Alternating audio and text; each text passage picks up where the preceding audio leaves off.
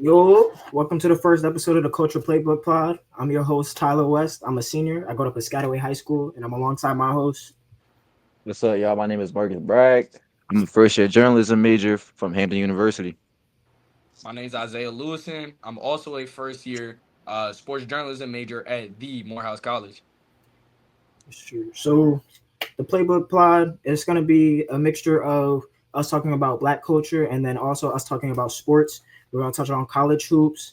We'll talk about professional, both football and basketball, and we'll get into all of those aspects. Have hot takes, arguments, and just talk about it for a good 45 minutes for y'all.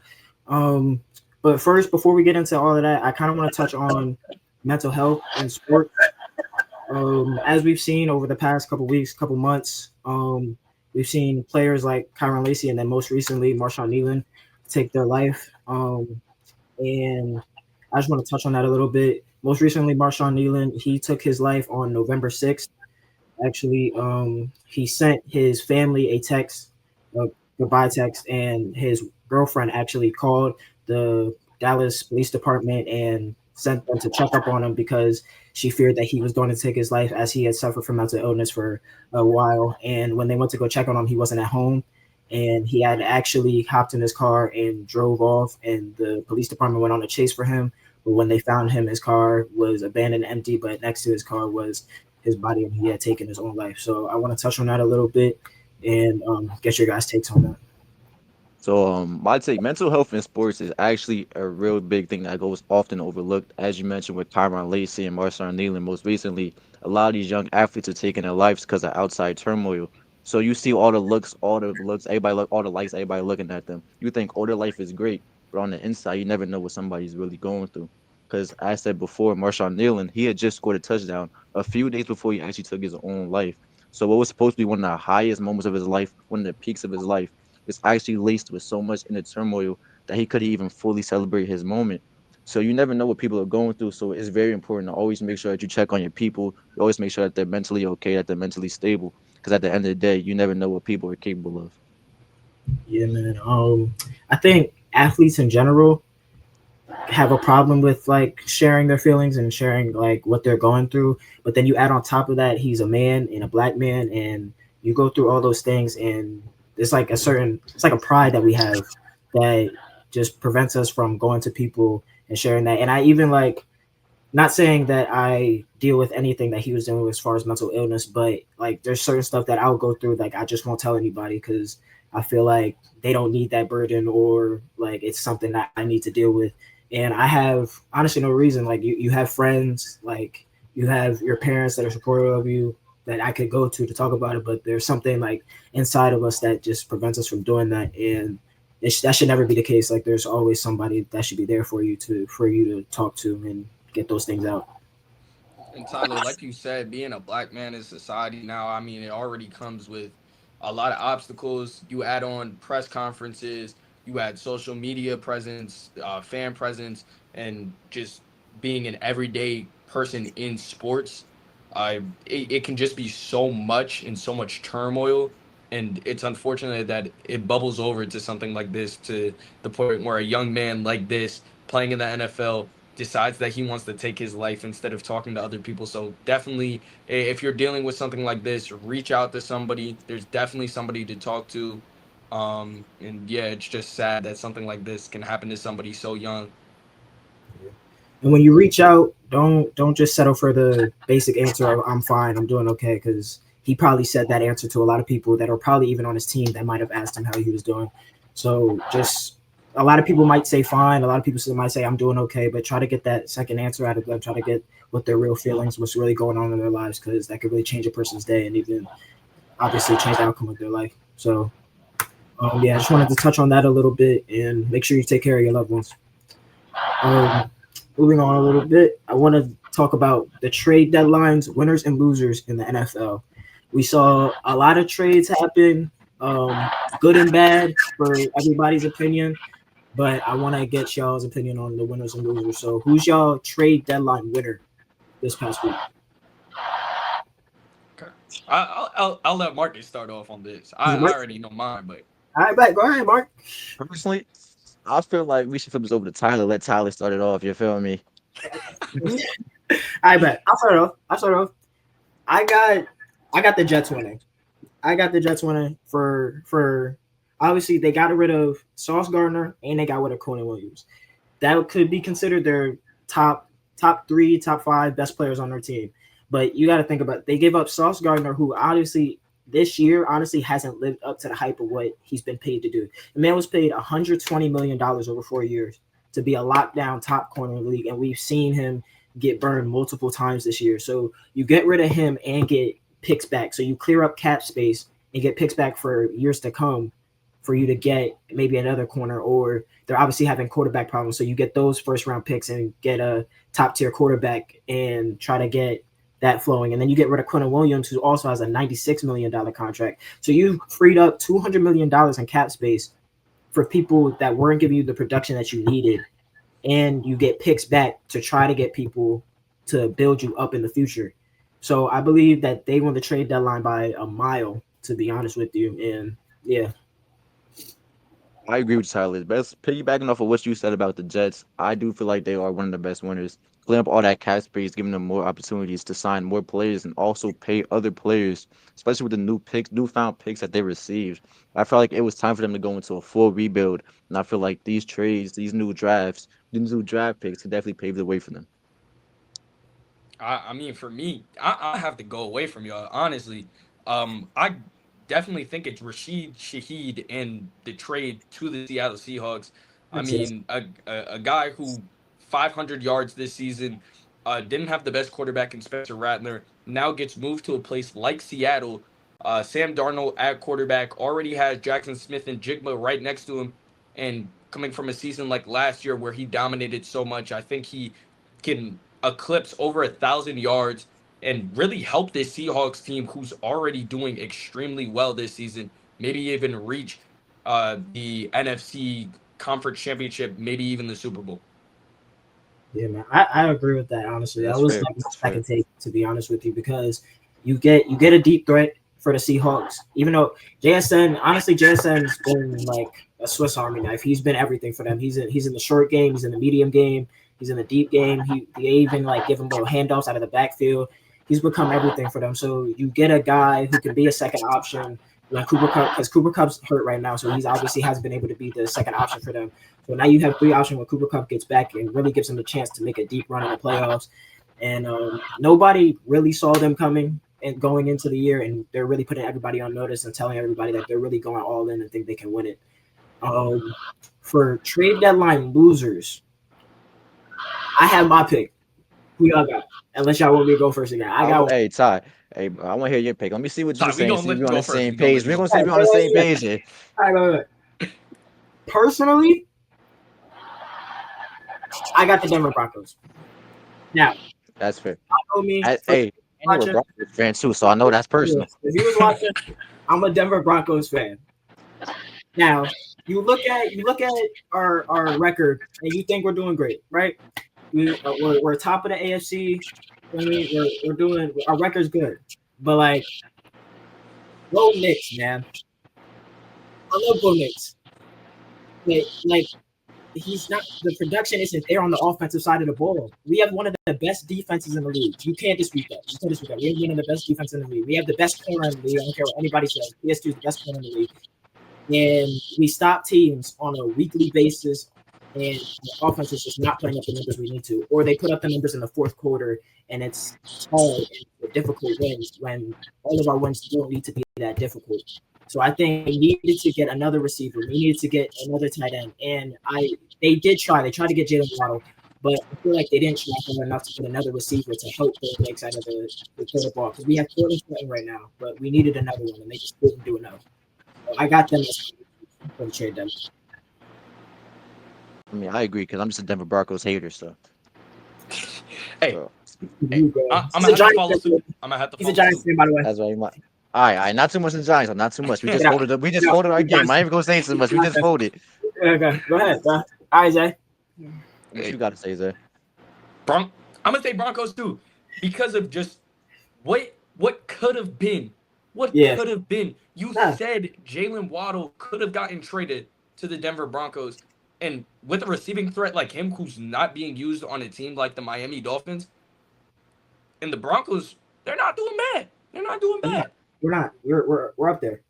But with Jalen Waddle, you're looking at a potential threat Yeah, in Super that Bowl stuff. conference. Super Bowl stuff. So just the missed opportunity, I feel like I have to say that that's a loser. That's a loser in this trade We're a deadline. playoff contender right now, but I can't say we're a Super Bowl contender. I can say we're a Super Bowl contender, but it will be just because of defense. We can lock teams down, but there's going to be a week where our defense just isn't living up to the hype, and it's not going to be their fault. You can't perform every week out of the year. That's just not how the NFL is going to work. Somebody's going to get the best of you, and when that week comes, our offense needs to be able to show up for them, and that just hasn't been happening. And I think we really needed a receiver to help that, but we didn't get it. So we'll see how the rest of the season goes. And hope for the best. Get that. Giants about to make a legacy season. Cinderella run coming soon. You neighbors blew Cinderella, his Cinderella story coming soon, bro. his ankle's broken. I don't want to hear it. Get out. Cinderella story coming soon. Just got it. Yeah. Your whole team's done. Anyway, Bro, next year we got y'all. we'll talk about that another day. Anyway, all right, moving on. Who do y'all got for your NFL MVPs in the front runner race right now? It's a little early. We're approaching the halfway mark of the season, but we got a lot of stats. We got to see a lot of people. So who do y'all got for your MVPs of the season? I'll start with you, Marcus. I'll start first. It is a little early, but I gotta say Drake May, quarterback for the Patriots. You feel me? He has a 74.1 completion percentage. So you see he's out here slicing the defense with pure accuracy.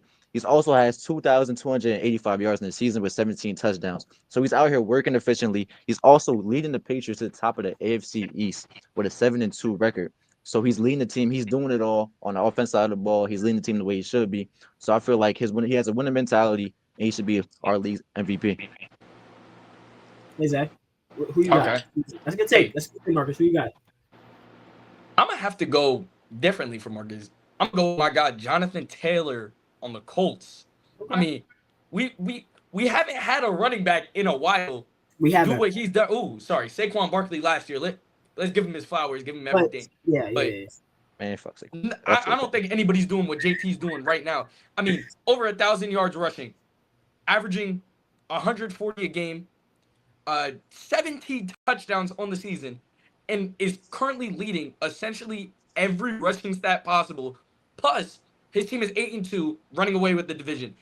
For somebody who's having such an effect on his team in general, I'm not saying that what Drake May is doing is he's doing great. He's leading the Patriots, but on the ground, this man is essentially doing everything for the Colts. He's getting it receiving. He has almost 300 yards receiving, and just today against the Falcons, over 230 yards, 3 touchdowns, and 3 receptions. Nobody's doing what he's doing on an every week basis, I feel like. But I feel like the NFL might be looking at him a little less just because of that QB ratio that we've had in the past couple of years where it's just QB. Yeah. But I'm going to go different. I feel like the fans are looking at a guy like Jonathan Taylor. I agree with you, honestly. And I think the take that you said at the end is the specific reason for it. Like, they always look at quarterbacks and see what they're doing, but and rightfully so. Quarterback, you could argue it's either quarterback or cornerback. They're the hardest positions in the NFL. They're the hardest positions to be great at. But I just think this year there hasn't been a quarterback that has stood out consistently weekly for them to be running away with the MVP.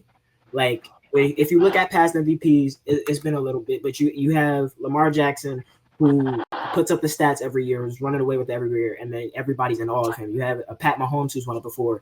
He's running away with everybody's in awe of him. Josh Allen, run away with it. So, and then you look at, like, Marcus, no hate to your take, Drake May's balling out, but if you look at him, and then it's like, you have Drake May, then you have somebody like Baker Mayfield, who's also balling out. You got Sam Darnold, who's also balling out. But are they balling out enough to win the MVP? I don't think so. I think Jonathan Taylor he's honestly looking like what we've looked at CMC to be in the past couple of years. He's doing everything for the Colts. And honestly, at the beginning of the season, I was looking at Daniel Jones as an MVP prospect. He's probably going to win Most Improved. But I was looking at It was up there, Marcus. Come My I on. don't fault. think Just that's the name, crazy. the name Daniel Jones just kind of irked my That's soul. true. I'm sorry. The name Daniel That's Jones true. just irked That's my true. soul a little bit. When he was on the Giants, he wasn't doing that. But since he's been on the Colts, he was putting up numbers to start. But then as the weeks have kept going on, his numbers have started going down gradually. But Jonathan Taylor has stayed consistent. He's put up numbers every single week. He's putting up touchdowns every single week. He's helping them. So I think I got Jonathan Taylor as my pick too. That's a good take. That's a good take. No hate to Drake May though. No hate to Drake May. Drake May's balling Oh out. wait, no wait. Now, yeah, I respect that, especially I'm giving the running backs another chance because it's all you're right. It's always QBs. There's always QBs winning. So definitely a good shit for be the running backs. Yeah. Let's speak Saquon might make me mad But this year. Bro. He was- Saquon, that's my dog. But Yeah, bro. you feel me? It's just a little hurt saying Saquon too. Y'all saying a lot of names right now. They all ball out once they leave my team, bro. Yeah, because the Giants. Everybody ball out Anyway, after we all right, leave. Giants. You see the pattern though, right? Everybody's good when they leave the Giants. All right, not too much. Ooh. All right, so we're gonna stick with the MVP races, but we're gonna switch it to the NBA now. So obviously, y'all know the big names in the NBA. You got Shea, you got Luka, you got Don't Nikola. forget Tyrese. Don't forget Tyrese. He's up there. So who do y'all got for your MVP race? My leader for the MVP race, I have two leaders right now. It's Tyrese Maxey and it's Luka Doncic. Right now, Tyrese is straight balling out for the 76ers, averaging 33.2 points a game, 5 rebounds, and 8 assists. He hasn't had a single game this year under 25 points. He's just efficient putting the ball in the net. And it's like the game looks so easy to him. It's so effortless. He gets to his spots. He gets to his kill spots with ease. It's like nobody can stay in front of him for a long period of time. So I feel like Tyrese is definitely one of the front runners for the MVP. Then who you got? Hey, I'm gonna have to go with my main man on the Bucks, Giannis Antetokounmpo. I see that face. I see that face. I see that face. Honest. But All right, go ahead.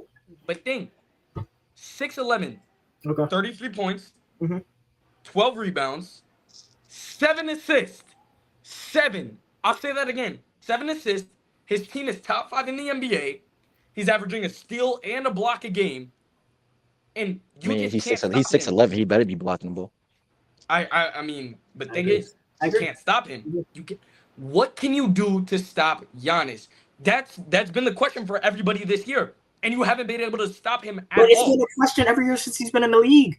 But this year, you look at that 2017 season, right? Okay. 2018 season where he won that MVP. Right. This is exactly what he's doing. This is exactly what he's doing now. I think he's going back into his prime. He had to go into like internally to what The he had hyperbolic to. time chamber.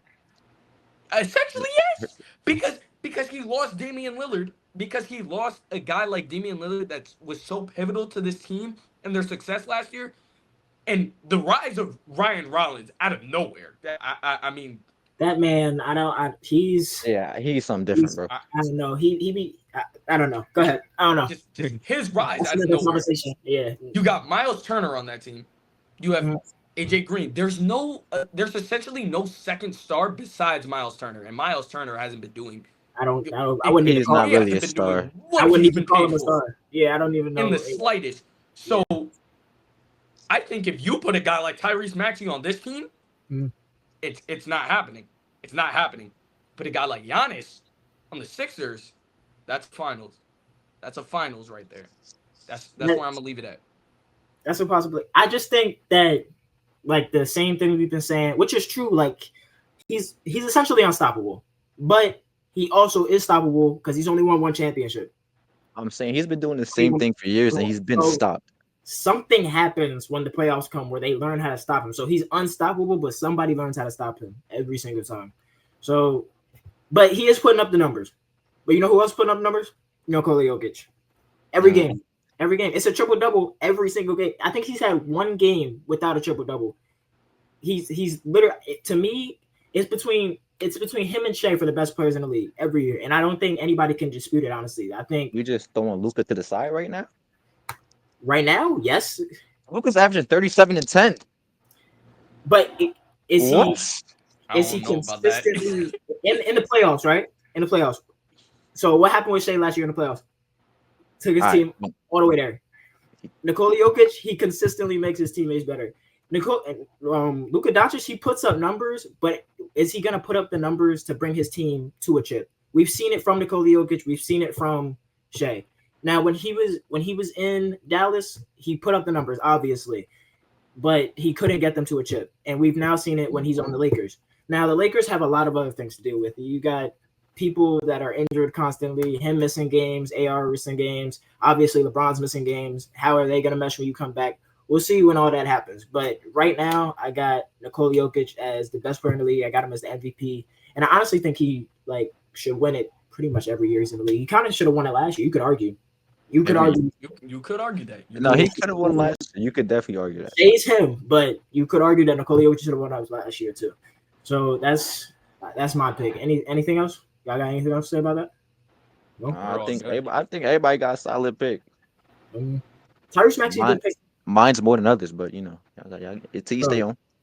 Tyrese Maxey good pick, but is he putting up numbers at all spaces? I think he's averaging like 30 right now. He's averaging 33 and 8. He got 8 assists, 8.3. He's bugging right now. But we're gonna stick with them. Speaking of Tyrese Maxey and the Sixers. So you've seen what's happened with the Sixers throughout the start of the season. Like you just said, Maxey's balling out. Alongside him, VJ's balling out. But there's been three people that were injured to start the season and 2 that have come back. You have Paul George, you have Jeremy McCain, and you have Joel Embiid. How are they going to mesh when all 3 of them get back? What do y'all think? Okay, so I'm going to start over with the Jeremy McCain comeback. You know how I feel about Jeremy McCain. Averaging 15.3 points a game last year. He was the leading scorer for all rookies, and he was a front runner for Rookie of the Year. So I feel like with him coming back, this team could actually make a run for something for real. Because the skills, the way they could all mesh together, Jeremy McCain is not a selfish player. And neither is Tyrese, neither is VJ. I feel like everybody could all come together and they could all mix perfectly. But the one problem is the position battle. Because VJ and Jared essentially play the exact same position with the exact same role. So I feel like once they figure out how they're going to play together, either if somebody has to come off the bench or if somebody has to move to a new position, I feel like once everything is mixed together, they can actually make a run and actually be a real problem in the East. It's definitely a possibility. It's just it's the positioning. It's gonna be a problem. Okay, I'll let you go. I gotta listen. I'll let you go. All right. Oh, me? Yeah. Okay. I'm gonna say for right now, this team looks good. Kelly Oubre, 19 points a game. Quentin Grimes, around 17 points a game. Tyrese Maxey, like you said, 33 points a game. VJ Edgecombe, he's been doing what he's doing. He's been leading the rookie race so far. Mm-hmm. The thing is, when you switch around, I would say lineups this much, and you're going to have to, with the fact that Jared McCain not playing back-to-backs, Joel Embiid not playing back-to-backs, a guy like Paul George still injured. This team, I feel like we're just going to see them fall off towards the middle of the season, kind of towards the All-Star break. I still say they make the playoffs, but I'm saying right now they are top 5 in the East. The drop-off is probably going to be there, but I do like what I see. It's a lot of players who are getting a lot of points, but it's going to be a lot of ball-dominant players. It is the farther you look down. I just think that, you look at your guards, and I think a lot of them are scoring guards. I don't see a lot of them being drive, kick-out guards, pick and roll, just getting it to the big man. It's a lot of scoring guards. VJ's just trying. He's proven himself right now. He dropped 30 this year multiple times, I believe, and then he's a guy that can get downhill and get to the rim and wants to score the basketball. Tyrese Maxey, we already touched on, has 30 points a game. He's a guy who has the ball in his hands and deserves to have the ball in his hands to make those big plays. But you bring a guy like Jared McCain back, who he made a name for himself when Maxey was hurt. He made a name for himself when he had the ball in his hands at all times. And so he needs the ball to score too and to make a presence on the floor too. So now you got those 3 guys. And then you add in Paul George back. We all know who Paul George is. Everybody, he's made a name for himself. He's been a pretty consistent guy. But then you also add into the fact: is he older? Yes. So do you trade him? Maybe. He's high value, but do teams really want him? Because he does take up cap space. He's also shown that in the playoffs he could not be that. So I mean, he might not be that guy. So then you add in those. So you got those four guards, and then you got Embiid. And I've seen in a press conference, I believe it was when VJ Edgecombe and Tyrese Maxey went absolutely crazy. Embiid, he like made a joke to the press where he was like, if they keep playing like this or the coach playing me like this, then I don't even need to be here. And it was like a little chuckle, like it was a little laugh, like it was supposed to be a joke, but like I really don't think he meant it like that. I feel like he truly meant that he didn't really need to be there because he's been the guy for the past couple years, and then you bring in these guys who all want to be there with him. And I didn't even mention Quentin Grimes, who you also said like he's hooping right now. So like you got to factor all that in. I feel like it's time for the Sixers to let go of Embiid at this point in time. We have these new young guys coming in, taking the lead, taking charge. I feel like it's time to give them the keys and let them handle and clip some other cap space for other players. Tyrese, he should be paid a little bit more, as well as other players getting other extensions as well. Where do you think he's going though? Like I who's really don't know because he doesn't like have much trade value.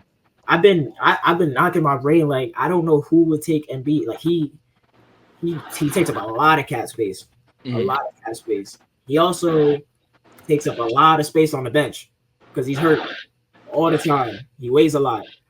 He's hurting his knees all the time. He almost blew out his knee trying to dunk the ball. Like that, Yo, that he went up and his body came right back down, bro. shouldn't be the case, bro. Right? Come on, you're a real professional. Like, come on, that shouldn't be the case. Like, it's just I don't. I've been knocking my brain. I don't know who he could go to. Like teams that need a big. The Lakers need a big, but you can't have Joel Embiid on the Lakers. There's too many ball dominant people already.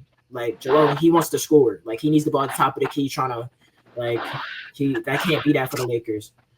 Um, I can't think of any other teams that like they could send to that they would get like good picks back or something like that. Like Especially with the consistent injuries. I don't think anybody's really gonna be looking at him. yeah, like and then honestly, and then you need to trade one of the guards. One of the guards needs to get traded. It's gonna have to be Quentin Grimes. It's gonna have to be Jerry McCain. But I don't think they're gonna. But you can't give up. You're not gonna give up VJ. VJ was just a high pick and he's hooping. To take it, Jerry bro. McCain, he was hooping last year. He's gotten hurt twice, so that could work against him. But he was hooping last year. He was one of your top picks over the last couple of years. But then you start looking at Quentin Grimes. You start looking at Kelly Oubre, but they've been hooping too. So then it's like, what do you really do? Who are you really looking at to trade? And it's a problem that they're gonna have to do it if they really want to make a run this year. They're gonna have to trade them by the trade deadline and get something back. Because honestly, the East, if we look at it, the East is always having a down year compared to the West. The West is just miles ahead. So like, there's always a chance for you guys to make the playoffs, and you don't have to deal with the Celtics this year. Again, my favorite team, but Bad, we don't bad, have JT. We don't have JT. yeah. Jalen Brown hairline coming off on people's foreheads and Yeah, on people's jerseys. Like, how you go from braids to bald, bro? It's not adding up, twin. no, but even when he had the braids, it was a little. Let me chill. Let me chill. He's supposed to be your dog, bro. It's supposed to be your dog. Yeah. That's your guy. That's your guy. That's your guy. There's a lot of people, but like the Bulls are hooping. The Knicks are always going to be in the mix. The Bucks are always going to be in the mix, and then you got the Cavs and the Pistons. But like a lot of those teams, they've had problems. Like obviously, the the top seeds in the East every year are probably like the Celtics, and then probably the Bucks in there. The Pistons are making a name for themselves. They really are. They're putting it all together. Their young guys are really coming all together and putting their names out there. So, but they don't have to Especially do the East. they don't have to do with the Celtics, and that's something that you're not gonna get again most likely because it's gonna be our down year. But when JT comes back and JT and JB are together, I think they're a top duo. So it's something that they're gonna have to fight. So they're gonna have to figure it out, and that's if they really want to make a run this year. If they want to just keep it the way they are, then we'll see. Um, Staying with basketball, but moving on to the younger side of sports, college basketball overview. The season has just started. We had a lot of games, a lot of a lot of ranked matchups actually, ranked team versus ranked team. We had a lot of those, and there was some stuff you could call upsets to start the year. You know, rankings don't really matter at the start of the year, but based on the rankings, you call them upsets. So let me get y'all takes on the start of the year for college basketball, Marcus. I'm gonna start with Bethune-Cookman versus Auburn. You know, putting off of the HBCUs. You feel me? We had a little nail bite, overtime nail biter. Arterio Morris coming back from the past, coming back, showing his old highlights with 21 points, leading that team. Actually, my fault. He had 20 points in a triple double. Mm-hmm. I mean, a double double. My fault. I keep messing up. But Yeah. so he's just showing that he has that dog in him that he's always had, but he can compete on his level and showing that HBCUs are really talented and able to compete against top 20 teams. Mm-hmm. Now he really put his name out there, but Auburn, man, I don't know, Auburn. Y'all looking a little shaky right now, bro. I don't know. Auburn. Like Bethune put together They're not even, overtime, bro. they're not even my favorite team, but like, That's your dang, favorite yo. team too, bro. What you got going on this year, No, no, bro? no. Auburn's not. Auburn's not. I'm a Duke Oh, fan. I was about to say. Yeah, I was chill, about to say. chill, chill, chill, chill. I'm a Okay, Duke fan, but my like, bad. I My just bad. watched them a lot last year. Feel me? And they just, Hmm. like, it seems like it's gonna be way different this year. Like, Yeah, the way. loss of Johnny Broom was Mm. definitely a big hit. Yeah, Janai Broom, Yeah. and then you lost Chad Baker, even though he was 30. You lost him. It's 30. He was wilding enough. Bugging, He was old, but he bugging. was wilding. That's true. That's what I'm That's true. saying. Like, all right, Zay, what you got? Uh, I'm a honestly, I got two things. I got two things. First, St. John's. I can't say enough about St. John's. That Okay. game against Alabama, like you I don't know play where the another defense was. you play another ranked team and Mm-hmm. collapse that badly. That just blows my mind. But the next, this is gonna be good.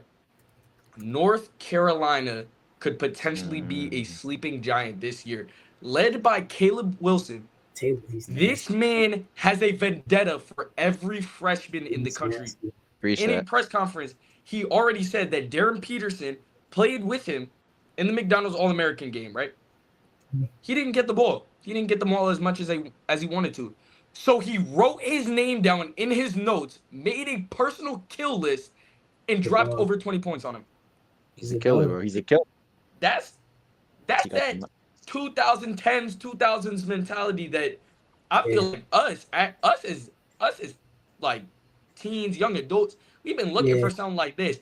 And old heads have been looking they for gonna this love too. it. yeah, This They is a gonna love it. guy that is a killer. He is a forward dog who can get it done down low. He can get it done defensively. He's been grabbing his rebounds. He's been assisting the ball. And this North Carolina team, led by him, with a bunch of other players who are highly touted, they just got their overseas recruit able to play. yeah, This team could make a run, and don't be afraid of you. Not just in March Madness, see them potentially win that ACC championship and steal it away from Duke. yeah. He's a dog. Like he's not a guy who needs the ISO to drop 20 plus points. Like he's gonna get the steal, he's gonna get the fast break points, he's gonna get the rebounds, put him back up. He's gonna be a dog under that basket. And that's something that you need like when March Madness comes, because you see every single year. You got all these teams who think they way better, and then you got the dogs on the lower teams who come in and they be dogs, and then they beat you because that's just the mentality that they play with. So you have a guy like Caleb Wilson who's going to bring that mentality to every ranked game, every non-ranked game, just every game that they have, and that's something that you need to really get you over that hump when like the games come in March. So, and then one of the games I wanted to touch on was Michigan State versus Arkansas. I have no idea how Michigan State won that game. I truly don't. They shot 7% from three. In today's basketball, It's absurd. yes, in today's basketball, I have no idea how you win a game shooting 7% from three, because the game revolves around the 3 point line. Like no matter which way you put it, everybody's going to shoot a three. So the game revolves around the 3 point line. You shot 7%, you still find a way to win the game. But I think a lot of that had to do with Arkansas. Their top two players, Darius Acuff, and then you have him playing the guard position, and then you have Malik Thomas playing the two guard position. So you have two point guard shooting guards who are freshmen, just getting their feet under them at this level, and they're both obviously tough. Like if we look at Darius Acuff's game, if you look at Malik Thomas' game, they're going to put up buckets every single game. But you get them if you watch the end of that game, they basically collapsed. They didn't get a play down, or both of them tried to be the hero in the situation, with which we both of them are capable of doing. But they try to be the hero doing hezzy pulls at the end of the game when really they might have should have played to try to get off of a screen and try to get a good shot. And then I think that's really what made them lose the game in the end, basically. But and I don't know how Michigan State lost that game, man. I mean, hey, I'm gonna say it now.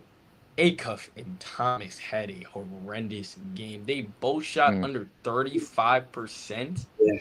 Come on, But like they even if you're, like, it was bad. It wasn't. it, it was really bad, and the fact that compared, like I know you said 7%, right? 7%. Yeah. That was 1 for 14, right, for Michigan State. Arkansas shot 7 for 28, 25% from three.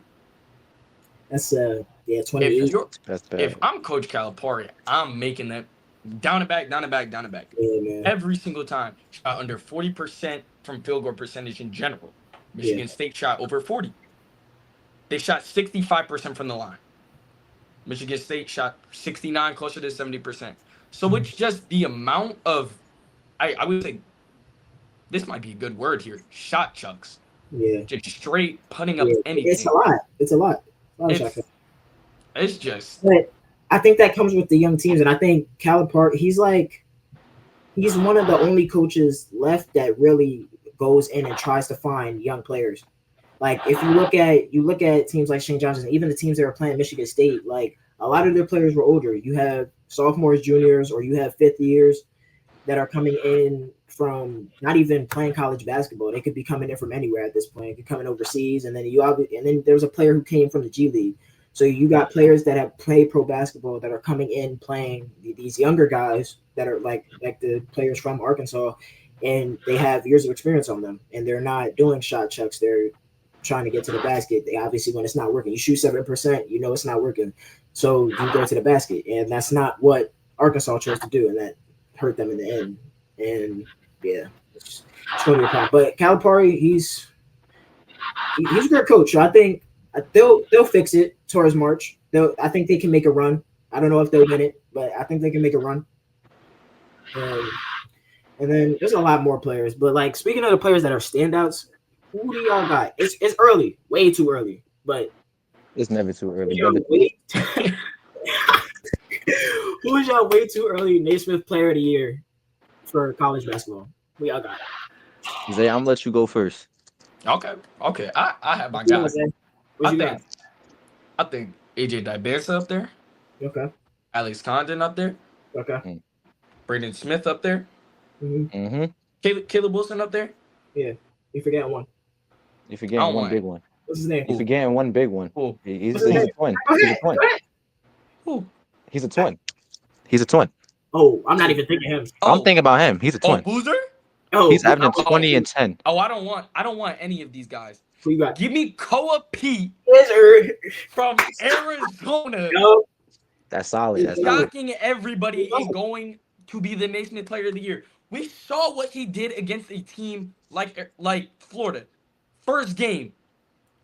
It looks easy for him. He's built like a grown ass man. Honestly. I mean, he kind of is. Like he's buff, he's built. He'll back you down until you can't forcefully push him out the way. Yep. And from the fact that this dude was just playing at the high school level, he's not a reclass. He's strictly a freshman in college. True freshman. And he's doing this. It's insane to look at. And I feel like if he does, eventually he will go up against guys like AJ Dybasa. He will go up against guys like Cam Boozer. And he will show out.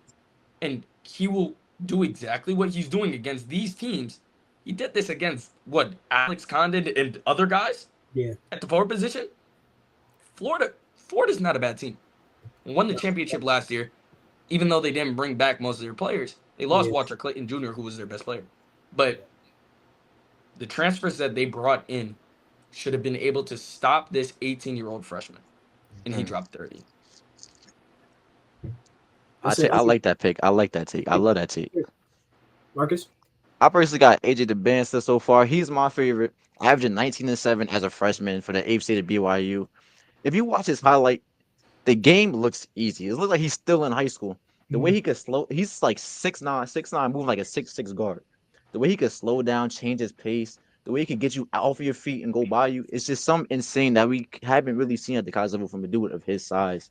The game looks so easy. Like he's just in a flow state every time he touches the court. He's out Mhm. here shooting post fades as a freshman. He has the confidence of a 4-year senior, and he's Mhm. just showing out on full display. And I feel like he's gonna keep up that same intensity all year round. He's gonna help lead BYU to something that they haven't seen since Jimmy Fredette. So hopefully AJ keeps up his good. He stays healthy, has a good season, and that's my pick for the Naismith Player of the Year. I think for AJ, the biggest thing is just going to be defense. Like, which is what everybody talks about for him coming in. I think it's just going to be, will he have that mentality on defense to really pick up somebody like when they played North Carolina in the exhibition games, when they played them, he chose the matchup to go on Caleb Wilson, and that's the type of mentality that he needs to have every single game because he's coming in. He has all of the comparisons of all the top guys in the NBA. Everybody knows he's gonna score the ball. Like it's effortless for him. He's long. He's tall. Yeah. Sure. Nah, but he's tall. He's athletic. He can get to the rim. He can shoot it. He can shoot it from the mid range. He can shoot it from behind the arc. And everybody knows that he's gonna get his buckets. But will he have that mentality to really go up and lock down the top players on the opposing teams? Because when he goes up against a guy like my Naismith Player of the Year, Cam Boozer, you know what I'm saying? When he goes up against guys like that, It's biased. well, it definitely is That's biased. Duke bias, Wow. bro. It definitely Wow. is. That's Duke It bias, bro. definitely Okay. is. It definitely is. Kobe's a great take. Kobe's my number two. Kobe's my number two. I won't lie to you. But Cam Boozer, I feel like he's a guy that they're going to use like Cooper Flag. He's a guy who can get the buckets anytime he wants to, but is also making everybody on his team better. He can pass the ball, he can dribble, he has the handle, and he's going to be their best player. He's going to be the one who's in every action. He's going to make everybody on the team better, as I already said. So I think if he puts up the consistent numbers points wise, because honestly, that's just what they're going to look at. So if he puts up those numbers points wise, I think he can win Naismith Player of the Year and beat out the other guys like AJ Davis, so like a Caleb Williams, like a Caleb Wilson. I mean, like a Cole Pete, and yeah, beat out all those guys. But it's gonna be a hard battle this year. There's a lot of top players. There's a lot of top players. There's a lot of top players this year. And a guy we didn't even mention, Darren Peterson at Kansas. I mean, Yes. he's been Yeah, we didn't put his name in there. That's kind of disrespectful. doing his That's thing. our fault. That's why I felt. That's why I felt like I had to mention Yeah, him. that's a little I had to. disrespectful. I didn't even mention him. He balled out. Like even when North Carolina played Kansas, he balled out in that game. He put up stats. I think for him it's kind of, I think it's gonna be the same thing like an AJ. Like, will you lock down the opposing team's guard? Like, are you gonna be that dog? Because and they need to win because you got to win the rate games. You're not going to be a Naismith Player of the Year if you're not making your team better and winning games. So they need to win games when you're versing teams like North Carolina and you're versing other ranked teams. Those games need to happen. But and then obviously when you get to March, are you really going to hoop? Because that's the most important part. That's the most important part, bro. Everybody can hoop during the regular season, but when it gets to March, you're really gonna see if you that dog or not. Yeah. So we got a long way to go to March, though. There's a lot of teams Dope. that were at the top seeds that I don't know if they'll be at the top seeds when March comes around because you got teams like Florida didn't look great. They didn't look great. Like they're Boogie Flan and Xavier Lee, they didn't play up to their caliber. So I think they'll be better as the year goes on. But they didn't look like they looked last year. They didn't look how They showed glimpses, but it was a little. So there's a lot of questions for college basketball. Who's gonna win the March Madness this year? There's a lot of teams that you could put in there. But yeah, we'll leave it at there for today. We can talk about a lot of that next week. But that'll be all for today. We appreciate all of y'all for tuning in to the first episode. We're gonna be doing this every week with hot takes, arguments. So make sure y'all tune in. We're just three guys who love sports. We love talking about sports. We love we're gonna talk about Black culture a little bit more as the weeks goes on, as the podcast go on. and we have these talks all the time, and we just want to bring it out to y'all. So make sure y'all tune in. Make sure y'all follow us on all socials at The Culture Playbook. We are on TikTok, we're on YouTube, we're on Instagram. So make sure y'all tune in and comment and tell us what y'all want to talk about and topics you want to see for the next week and more podcasts to come. So I've been your host, Tyler West, alongside my co-host. Marcus Bragg. Isaiah Lewis here. And we'll see y'all next time.